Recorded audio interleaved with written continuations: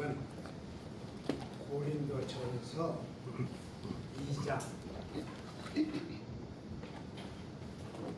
3절에서 10절까지입니다.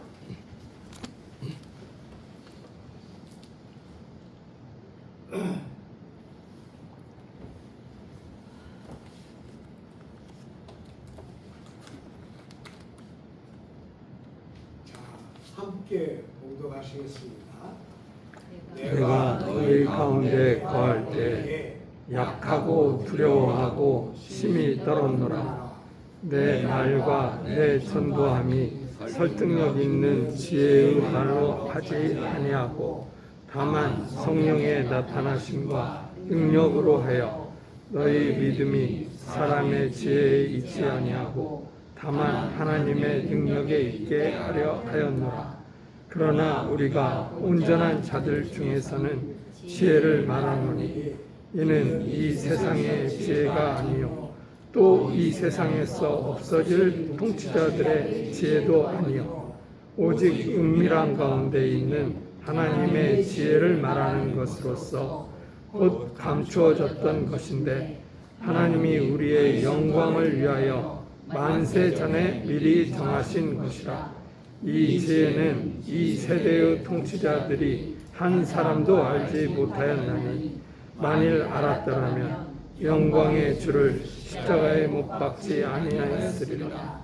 기록된 바 하나님이 자기를 사랑하는 자들을 위하여 예비하신 모든 것은 눈으로 보지 못하고 귀로 듣지 못하고 사람의 마음으로 생각하지도 못하였다 함과 같으니라.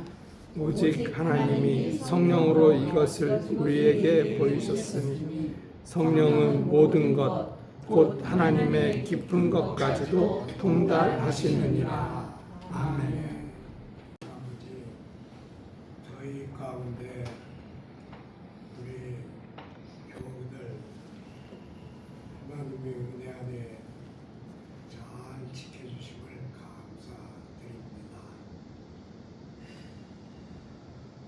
자질구레한 문제들이 우리에게 많지만은 이 모든 문제를 해결해 주실 분은 아버지이신 하나님 한 분뿐임을 저희는 믿고 있습니다.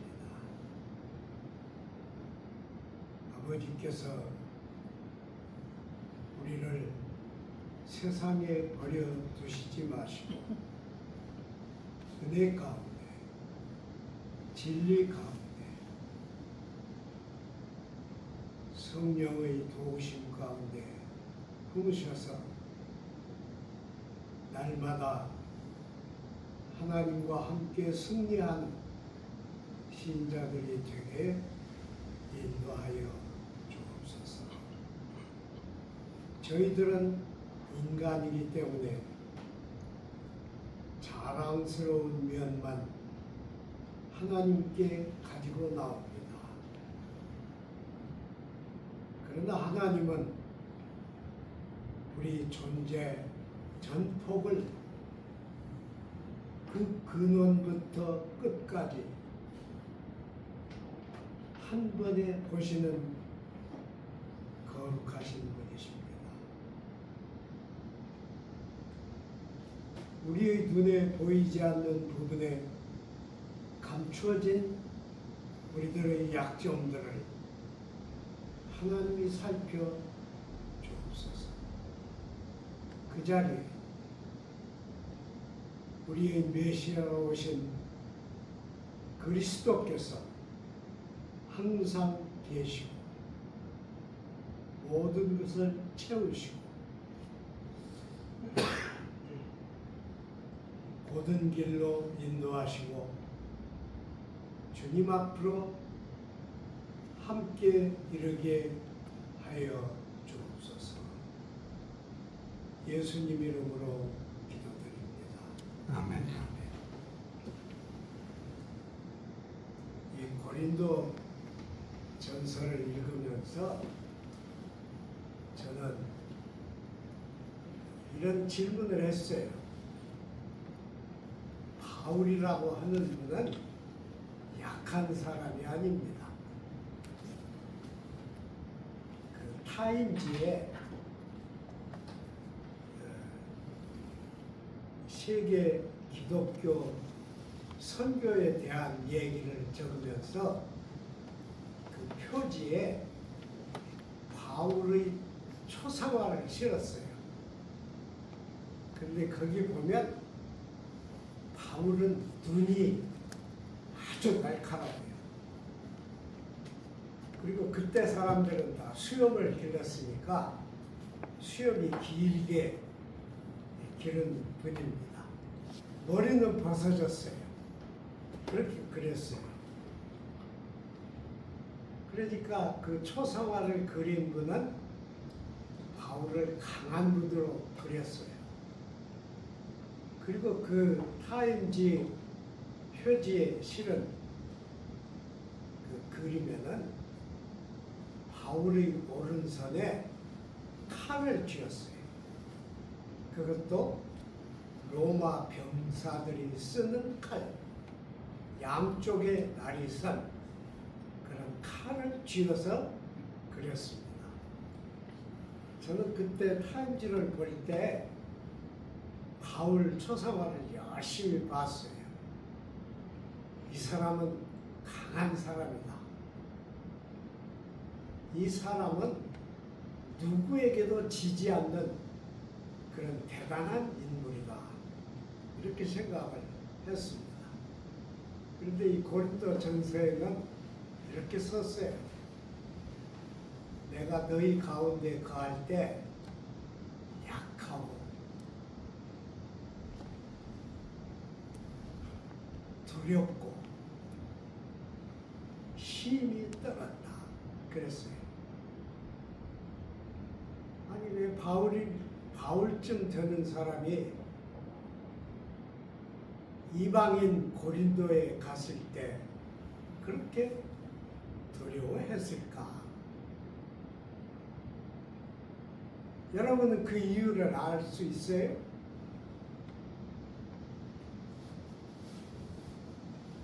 저는 이 이유를 여러 가지로 생각해 보았습니다. 그리고 이 성경에서 얻은 결론, 그것은 바울이 헬레니즘 중심부에 갔기 때문에 가서 바울의 전통 속에 믿었던 히브리인의 메시아를 전할 때 그 말을 들은 헬레니스트들이 철학적으로 질문을 해요. 그래서 말을 철학적으로 끌고 가면 어떻게 되겠어요? 이것이 바울이 약하고 두렵고 뜬 아주 근원적인 얘기일 것이다. 이렇게 저는 추측을 했습니다. 아마 안 틀릴 것 같아요. 우리가 주님 앞에 가서 물어봐도 거의 안 틀릴 것 같아요. 바울쯤 되는 사람이 그 고린도라고 하는 뭐 아무것도 아닌 도시죠. 물론 큰 그 상업 도시고 항구 도시이기는 하지만은 왜 거기 가서는 유난히 그렇게 약하고 두렵고 힘이 떨었을까? 그건 한 가지밖에 없어요.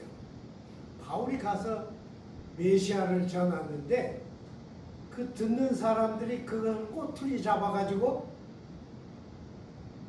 말장난을 시작해요.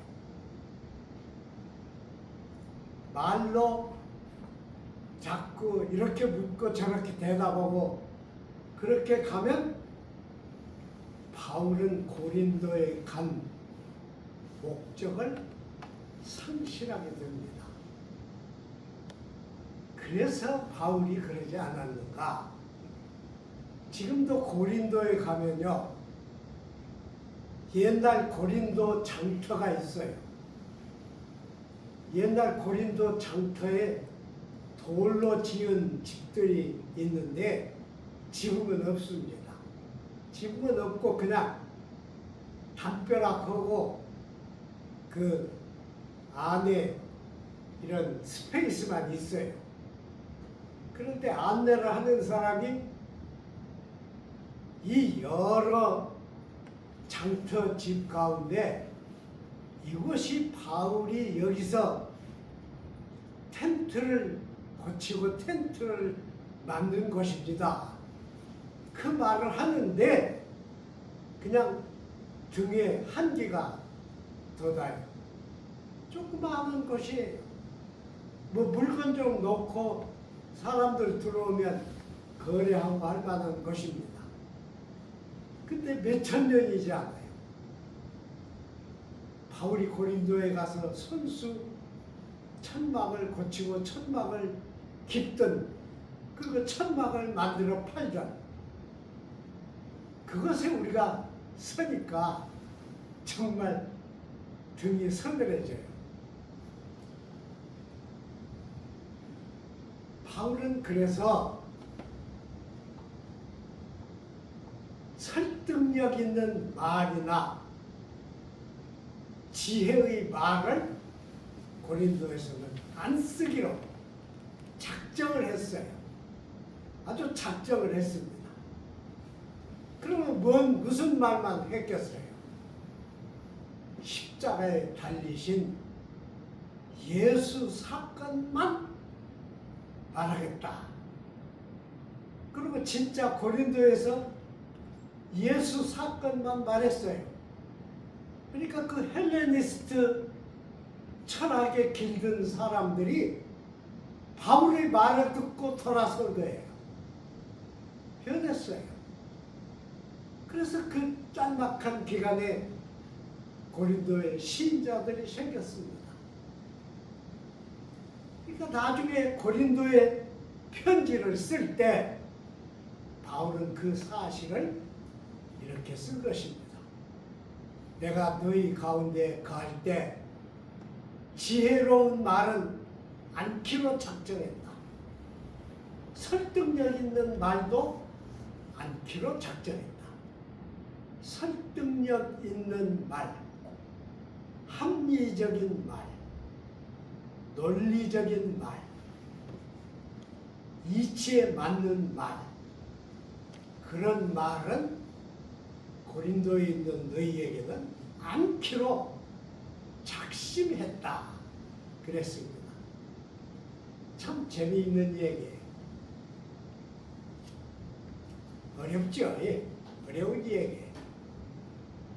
우리는 교회에서 목사를 구할 때 최고로 많이 배운 목사를 구하려고 발버둥을 칩니다. 지금은 기독 공부에 광고를 내요.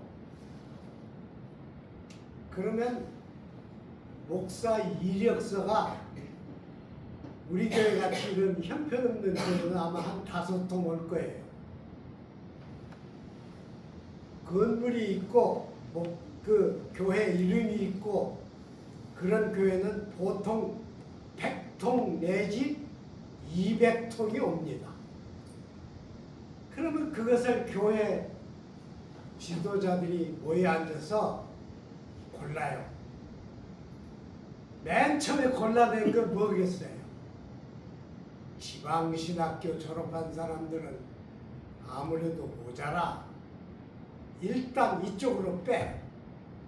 그래서 지방신학교 졸업생은 한쪽으로 빼놓습니다. 서울 광나루 장신대 졸업생 것만 봐요. 그리고는 그 중에서 성적표가 좋은 사람만 고릅니다. 그리고 박사학위가 있으면 좋으니까 또 그렇게 골라요. 이번에 영락교에서 목사님을 모시는데 박사 아닌 사람으로 하자. 그렇게 영락교회 장로님들이 정했습니다. 그래서 박사 학위 가진 사람은 이력서도 못 냈어요. 박사 아닌 사람 가운데 신학교만 졸업한, 그리고 목회를 성실히 한 그런 목사님을 모시자. 그래서 그렇게 모셨습니다. 아주 잘한 일이라고 생각해요. 그런데 우리는 안 그래요. 우리는 지식을 따집니다.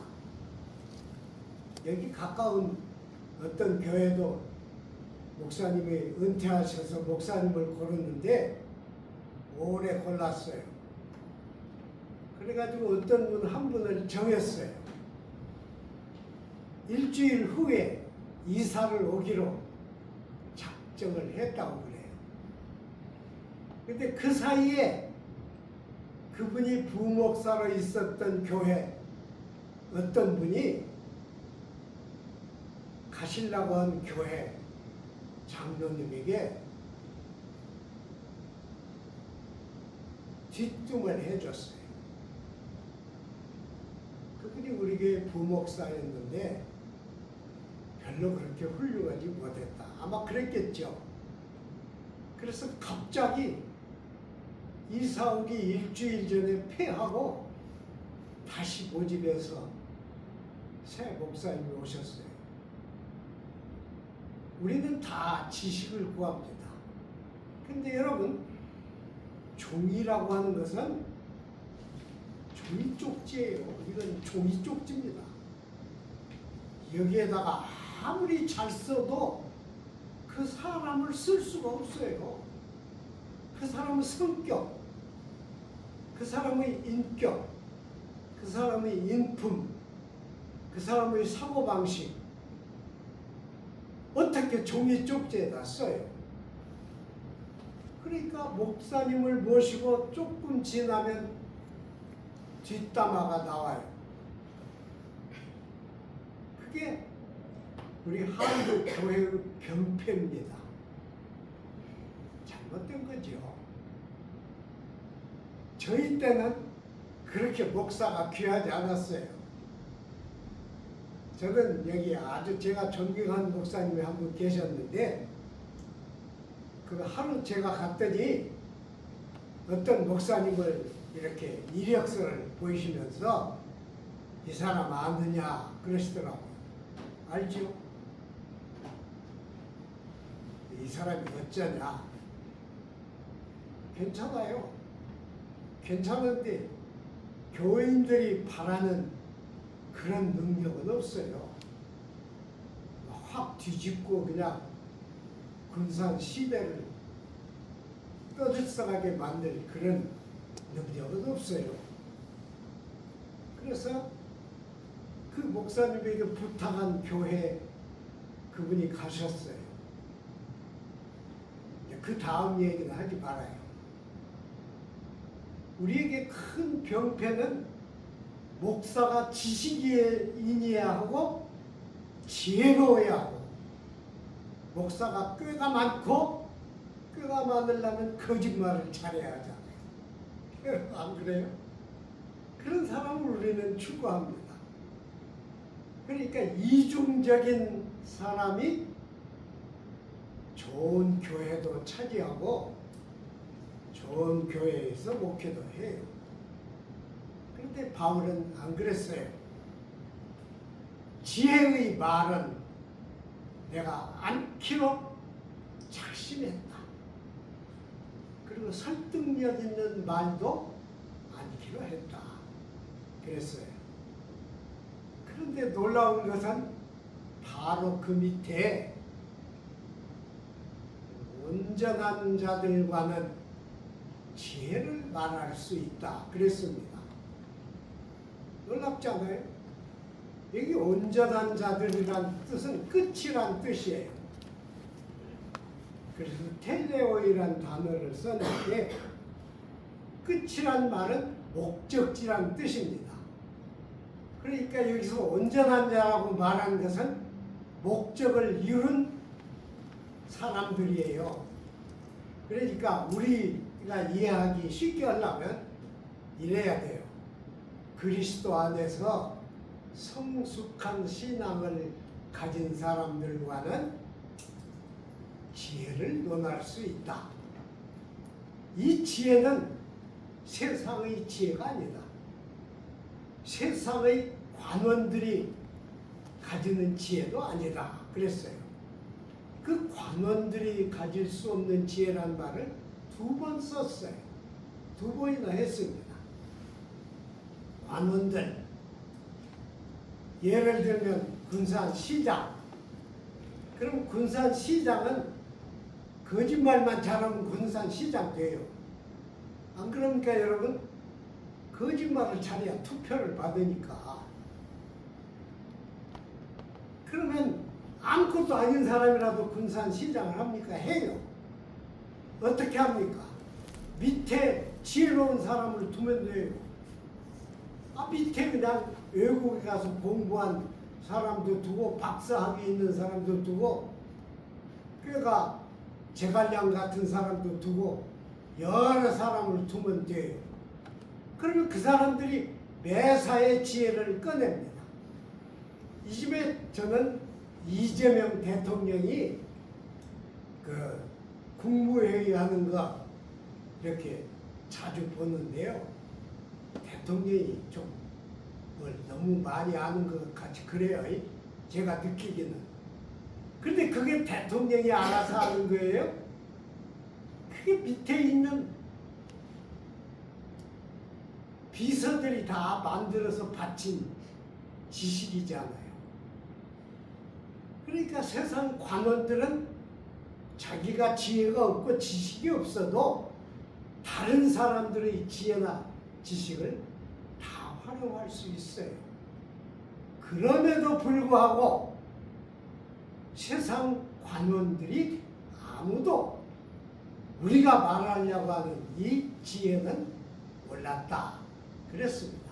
아무도 몰랐다. 썩어진 관원들은 아무도 몰랐다. 그들이 알았다면 메시아를 십자가에 못 박았겠느냐? 그렇게 했습니다. 그러니까 아무도 몰랐다. 그런데 우리는 이 지혜에 대해서 말할 수 있다. 그럼 무슨 말이에요? 무슨 지혜란 뜻이에요? 하나님의 지혜다. 그랬어요. 하나님의 지혜인데 항상 세상에 나타나 있는 지혜가 아니고 만세 전에 예비를 하셨는데 감춰 두셨다 그랬어요. 여러분 이게 중요해요.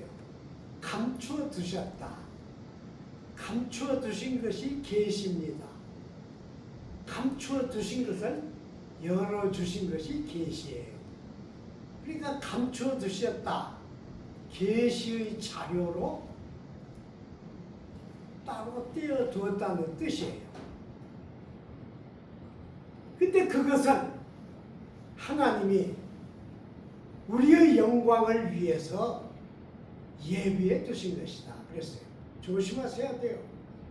여기는 주님의 영광이나 하나님의 영광이라는 말을 안 썼습니다.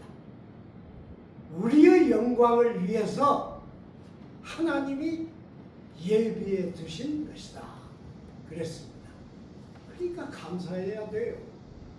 저는 성경을 읽으면서 조그마한 것이라도 깨달으면 막 감사해요. 무릎을 쳐요. 때로는 무릎을 꿇고 감사합니다. 이것은 아무나 그냥 얻을 수 있는 게 아니에요. 저는 설교를 준비하다 막히면 수십 종 책을 꺼내서 다 읽어봅니다. 그런데 없어요. 내가 꼭 말하고 싶은 게 없어요. 그러면 어떻게 합니까?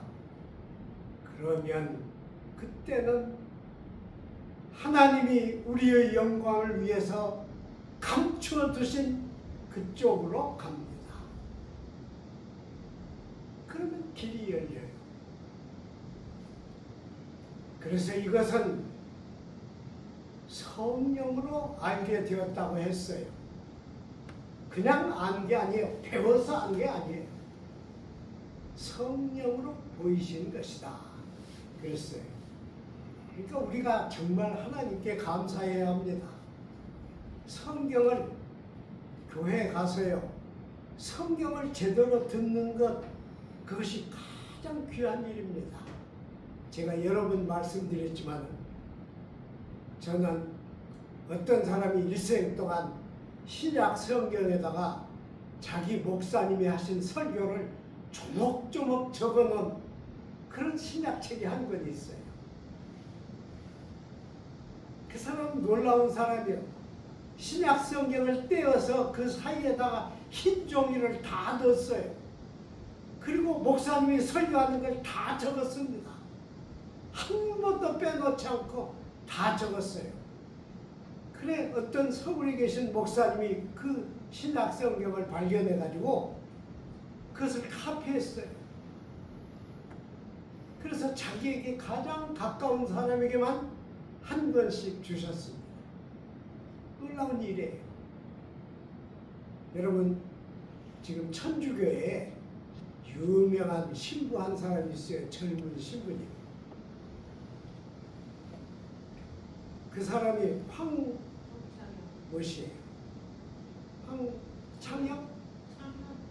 연? 이름 몰라도 괜찮아요. 나무교회니까. 그런데 저는 가끔 그 양반 이 얘기 들어요. 막 웃깁니다. 아버지 어머니 얘기를 해서 막 웃겨요. 자기 그 본당 신부님 머리카락 다 빠지고 앞에 몇 개 남은 것도 자랑을 해요. 그래서 거기다 모자를 쓰니까 보기 좋다고 하면 교인들이 막 깔깔대고 웃어요. 그렇게 웃겨놓고 이제 성경 말씀 몇 군데 이 얘기를 해줘요. 그것도 참 수단이죠. 그런데 진짜는 교회에 가가지고요. 하나님의 말씀을 한 번이라도 들으면 그게 우리의 영광입니다. 우리들의 영광이에요.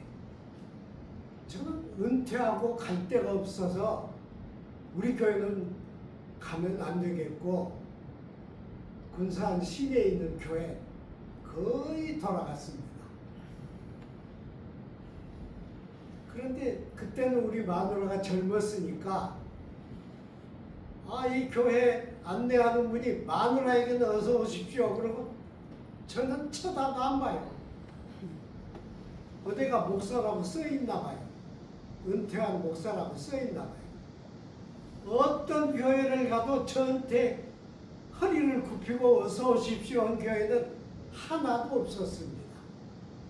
저 김제 길가에 있는 교회 갔더니 그 교회는 권사님인지 전도사님인지 집사님인지 모르는데 나와서 손을 잡고 생전 못 보던 사람이 왔으니까 막 어서 오라고 그래요.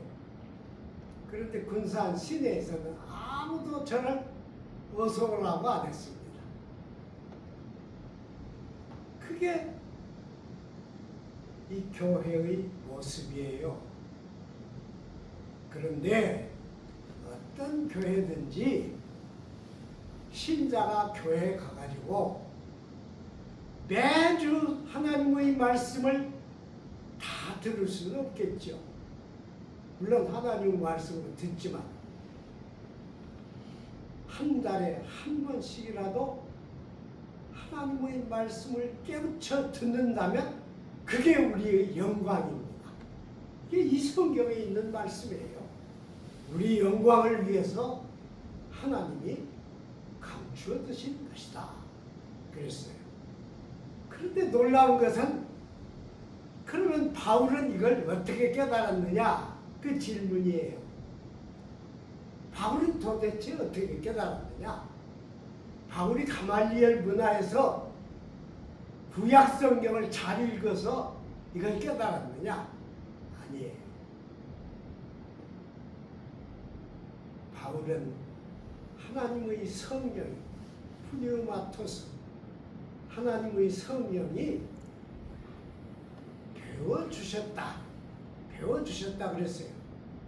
하나님이 보여주셨다는 거예요. 그러면서 뭐라고 그랬어요? 하나님의 성령은 하나님의 모든 깊은 곳에도 통달하시느니라. 그러니까 아무것도 하나님의 의중에 있는 것을 깨달을 수 없는데 성령만 하나님의 의중을 깨달을 수 있다는 거예요. 그 하나님의 의중을 깨달은 성령이 이 귀한 바울에게 이것을 보여주었다는 뜻입니다. 그러니까 다른 데서 얻은 게 아니에요. 성령으로 보여주신 것입니다. 여러분, 덥죠? 가정에 생활하는데도 덥죠? 더울 때는 기도도 생략을 하려고 그럽니다. 저도 그런 유혹을 받아요. 그런데 더울 때는 뭐 하는 때입니까? 제가 목회할 때는 제 방에는 에어컨도 없었습니다. 사실은. 교회에는 있었지만. 그러면 어떻게 하고 공부를 해요? 그냥 책상 위에 수건을 2개 놓습니다.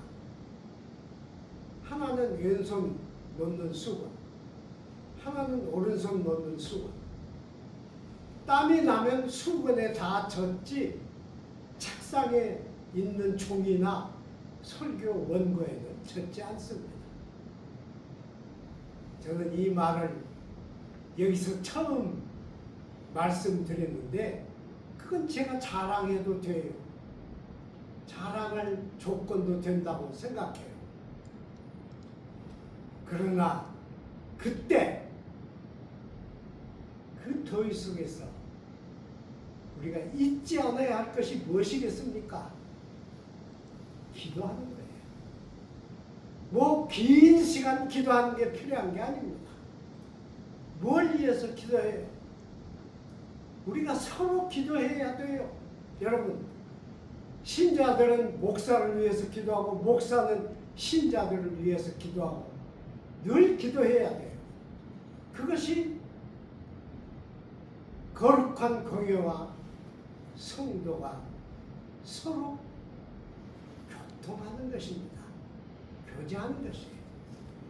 더울 때는 특별히 오늘은 더 덥다 그렇게 느끼실 때는 하나님의 성령의 보여주심을 구하는 기도를 한 번씩 더 하시면 어떻겠습니까? 이것이 우리가 남행하는 더위를 이기는 한 방법이다. 그렇게 생각합니다. 기도하겠습니다. 하나님 아버지 감사드립니다. 모든 권세 있는 자들이 알지도 못하고 깨닫지도 못한 지혜를 하나님은 만세 전에 예비하셨다가 오늘 저희들에게 알려주십니다. 바울을 통해서 알려주십니다. 바울은 그것을 하나님의 깊은 것까지 통달하시는 하나님의 성령이 보여주셨다고 증언했습니다. 우리의 삶 속에도 이 살아계신 하나님의 성령의 통달하심이 함께하여 주시기를 빕니다. 모든 것을 이기고 모든 것을 극복하고 모든 일에 하나님께 영광을 돌리는 저희 각 사람이 되게 붙들어 주옵소서. 예수님 이름으로 기도드리나이다. 아멘.